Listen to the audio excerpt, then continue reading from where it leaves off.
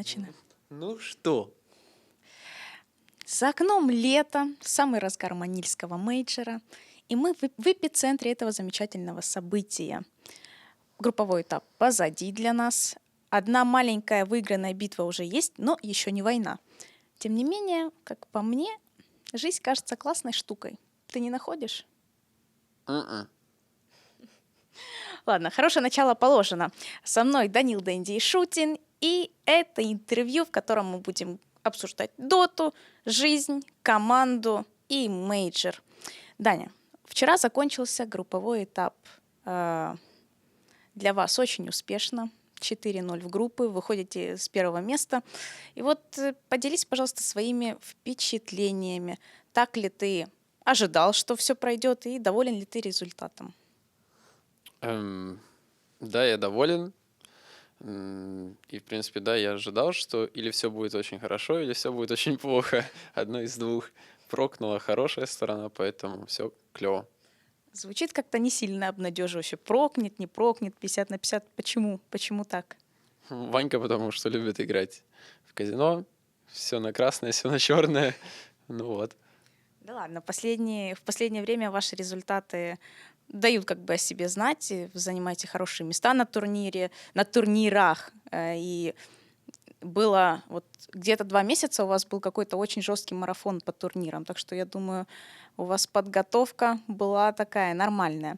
Знаешь, некоторые говорят, что группа Б явно выделялась среди других, то что это самая легкая группа. Ты так не думаешь? И я так не думаю. И в то же время я так думаю. Ну, в чем логика? Поясни, пожалуйста.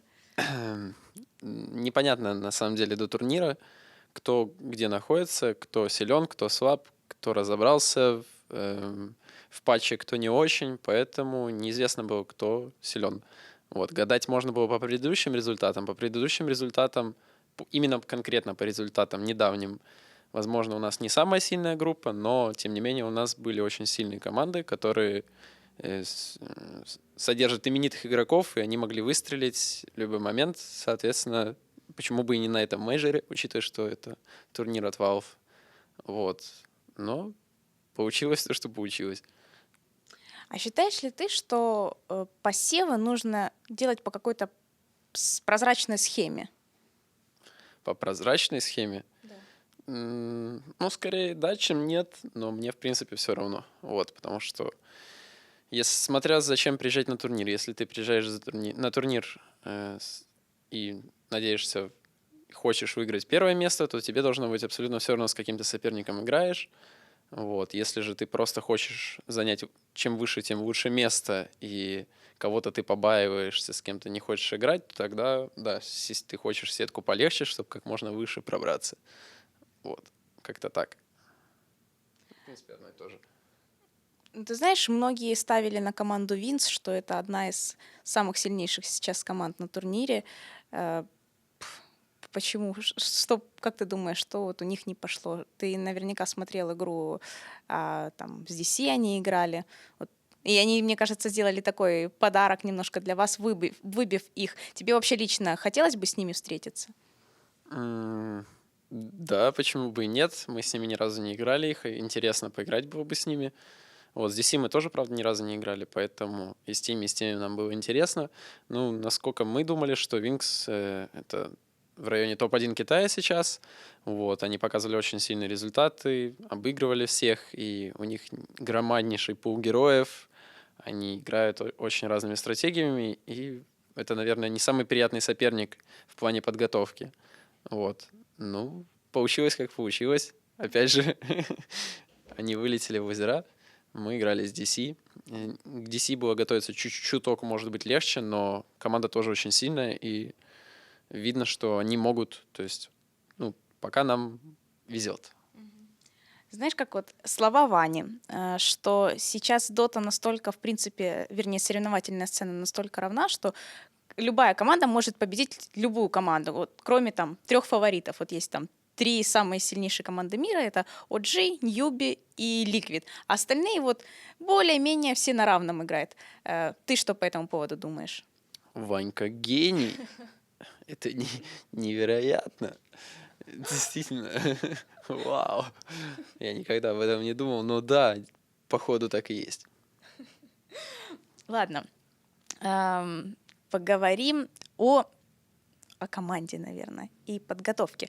С недавних пор у вас в команде пополнение в виде статиста. Вот. И мне интересно было бы узнать, что и какую роль выполняет статист ну, в вашей игре, как он влияет на вашу игру.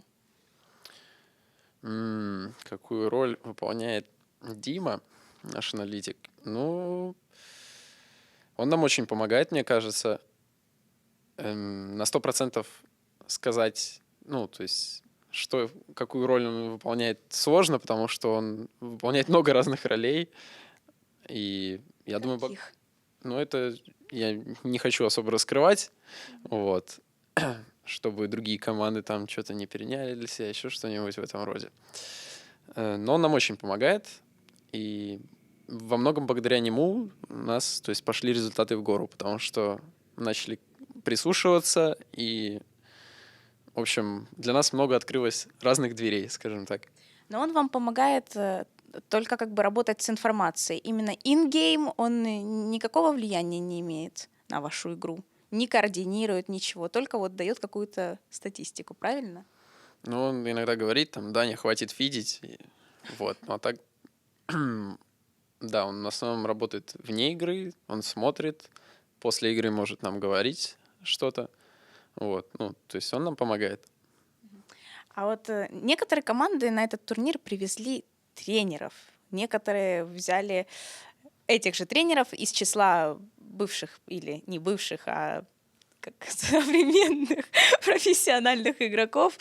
Как ты думаешь, как ты думаешь, вообще даст ли это какой-то эффект, будут ли они полезны? Потому что там в интернете уже развелись целые споры, что, мол, надо вести, почему Нави не везут тренера? Вообще, какое твое мнение? Будут ли эти тренера эффективны и почему у вас нет тренера? Ну, и команды взяли коучей, вот, то есть как перевести коуч непонятно, вроде как тренер, вот, а что означает тренер, это тоже непонятно. То есть, ну, на мой взгляд, тренер — это человек, который там немножко за другие вещи отвечает, то есть не за то, что ребята, которые сюда приехали, наверное, отвечают, то есть он следит за дисциплиной, помогает команде продвигаться, работать над собой, он указывает, как именно работать, как грамотно использовать время максимально эффективно, вот, составлять там, возможно, график, не знаю, работы и так далее. То есть в таком стиле работает тренер. И он может там смотреть за твоей игрой, да, там что-то тебе подсказать, не подсказать, неважно. Но вот именно в этом. В остальном же все, что касается стратегии и так далее, это, наверное, все-таки уже какой-то другой человек ответственный. А здесь ребята, которые поприезжали, что именно они делают, я не знаю, но, скорее всего, как-то пытаются, возможно, тоже какую-то статистику собрать с команд соперников, где-то какие-то сделать подсказки по драфтам минимальные. То есть все-таки 6 человек лучше, чем 5, 6 голов лучше, чем 5. Вот. Но сказать, что они тренера, я не могу, потому что для меня это немножко другое обозначение. Вот. Возможно, они просто как туристы что-то делают. Ну, скорее всего, помогают, конечно, своим командам. Вот. Но чем именно, я не знаю. Но вы не думали о такой возможности тоже привести кого-то, пригласить на роль тренера, чтобы как-то вам вот помог на этом турнире? Ну, именно конкретно на роль тренера нам нужен, возможно, человек, у нас пока его еще нету. Вот. Но это довольно-таки непросто найти такого человека. Потому что, опять же, этот человек должен, наверное, авторитетом каким-то пользоваться среди игроков. Вот. Кого Витя будет слушать? Он же Витя машина. Около месяца назад вышел новый патч. По сути, он не сильно, как ну, по моему авторитетному мнению, не сильно изменил что-то внутри игры, просто подобавлял там новые айтемы, там артефактики, все дела. По твоему мнению, что изменилось, куда движется современная мета? Каждый патч вносит кардинальные изменения. Вот на первый взгляд они маленькие, но пики абсолютно меняются, потому что какие-то герои ослабевают, какие-то стают сильнее, какие-то связки стают слабее, какие-то сильнее. Соответственно, мы видим абсолютно другие драфты, разные. Вот. Но, скорее всего, Dota движется в сторону того, чтобы можно было как можно больше количество героев и связок использовать в игре и выигрывать. Вот. То есть, грубо говоря, балансируется. Вот. Посредством чего это получается? Ослаблением, усилением разных героев. Понятно. Поговорим немножко о команде. У вас было вот реально, наверное, 2 месяца марафона по разным турнирам, много буткемпов. Это был Китай, буткемп Китай, был в Хорватии турнир, Виплей, Старладер, куча буткемпов между этого. Вот сейчас перед мейджором буткемп. Вообще, как это повлияло на атмосферу в команде? Стали ли вы как-то более, может быть, ближе или наоборот устаете друг от друга в каких-то моментах? Вот вообще, что произошло в команде за последние 2 месяца? Ну, после прихода Вити у нас нон-стоп хардмод. У нас было всего, не знаю, может, пару перерывов, но не более 2 недель, даже меньше. То есть пара, вот реально 2 или 3 перерыва у нас было. В основном мы где-то реально ездим, тренируемся, то ли на буткемпах, то ли на ван-турнирах каких-то. У нас марафоны, марафоны, марафоны. Вот, очень устаем. Вот, но отдых все-таки есть, поэтому потом восстанавливаемся, заново работаем, и мы все от этого, наверное, какое-то удовольствие получаем, иначе бы этого никто не делал. Вот. Ну и вместе нам очень даже комфортно, мы довольно-таки дружны, и нет никаких у нас конфликтов практически. Вот. Ну, по мелочи мы можем где-то там что-то порычать друг на друга, но даже не порычать, наверное, это даже так не назовешь.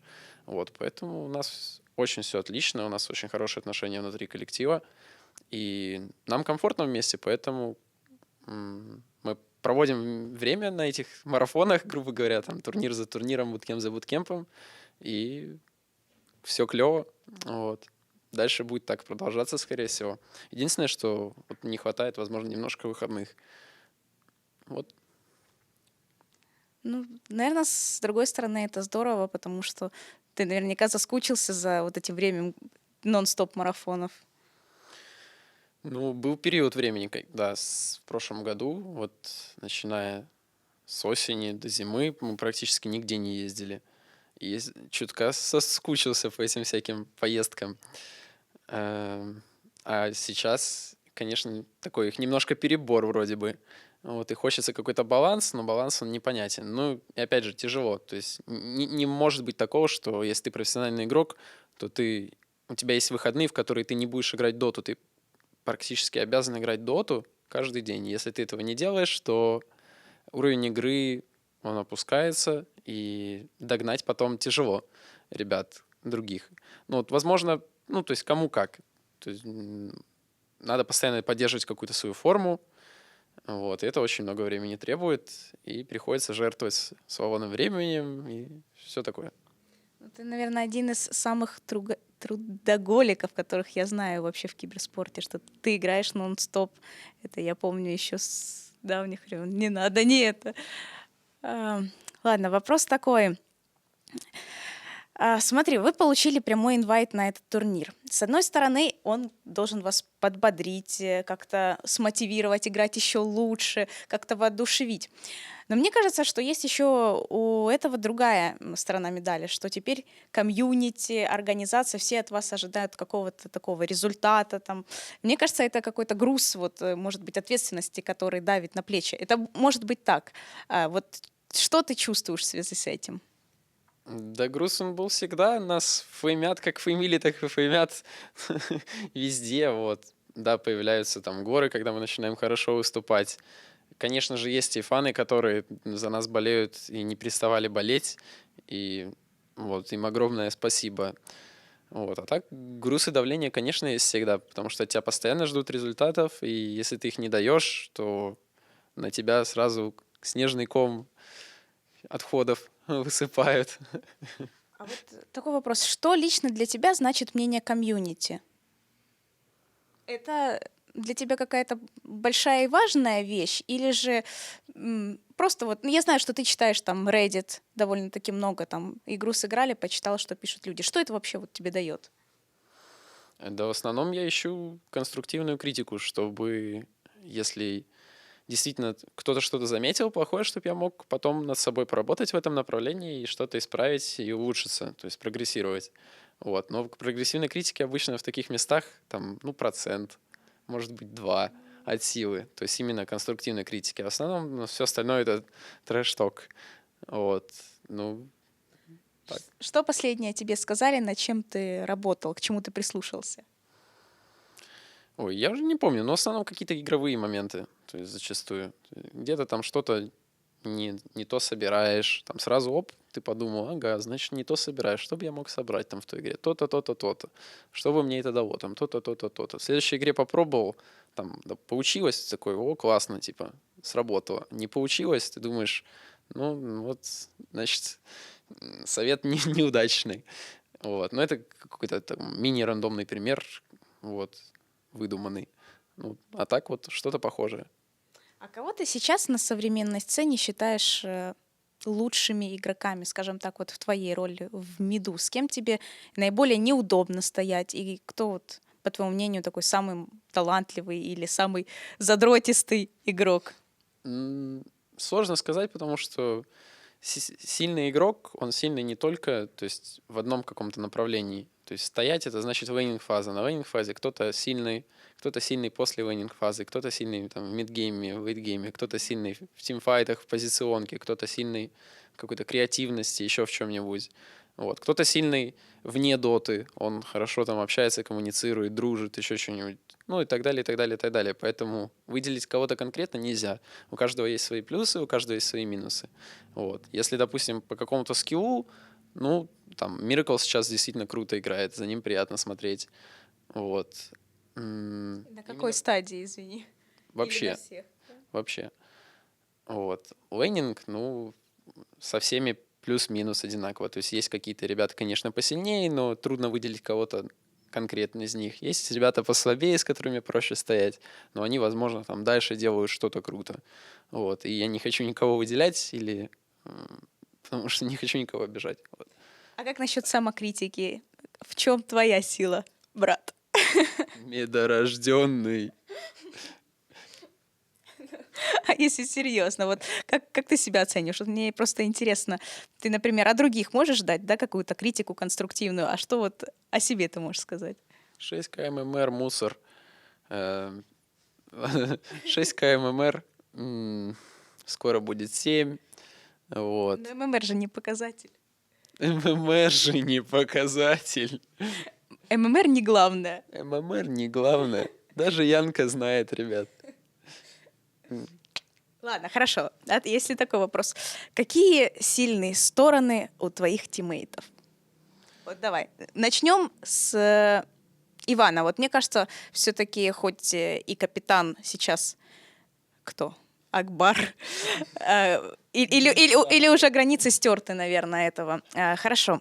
Все равно, Ваня такой вот лидер, поэтому хочется с него начать. Вот его положительные стороны, давай так. В игре, можно не в игре, можно в команде.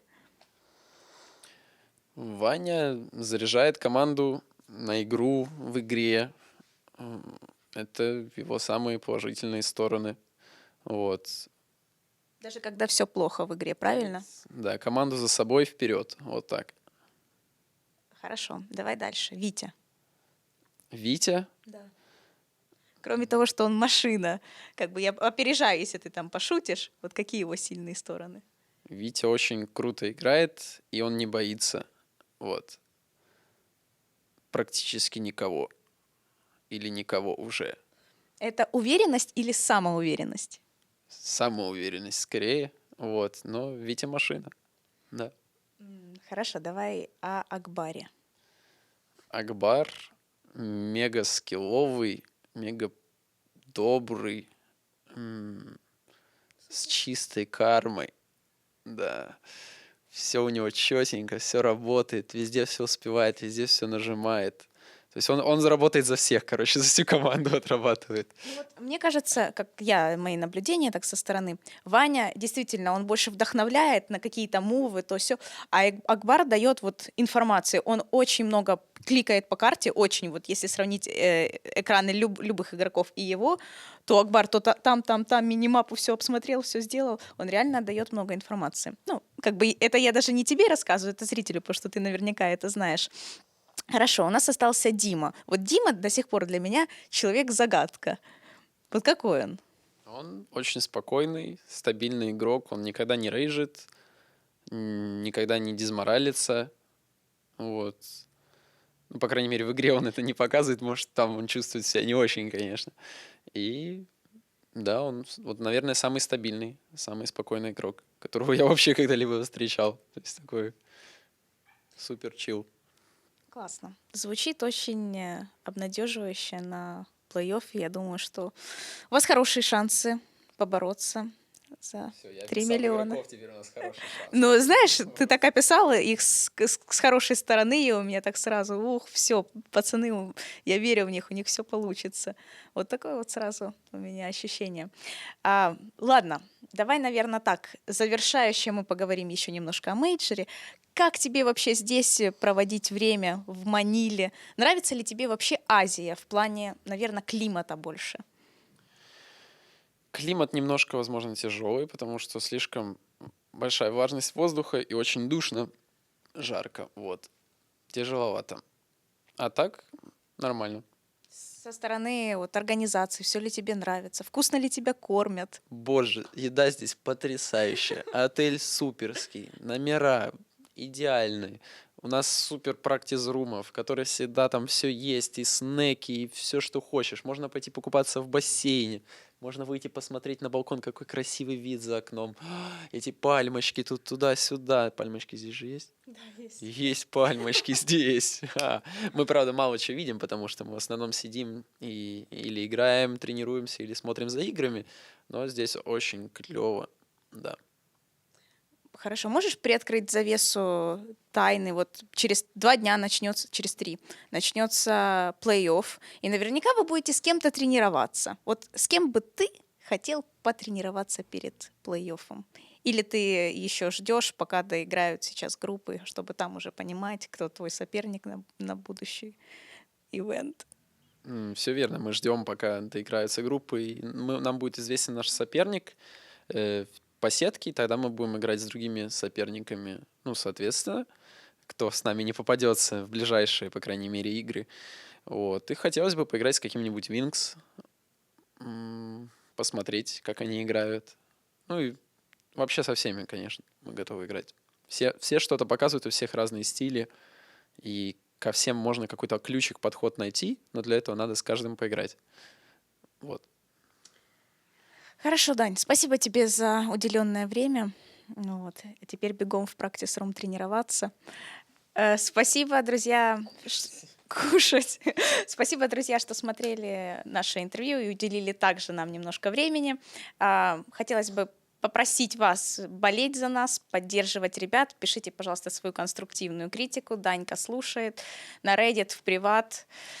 Ну, вы знаете, куда писать. В общем, подписывайтесь на наш канал, поставьте лайк, это будет круто. И до скорых встреч. Счастливо.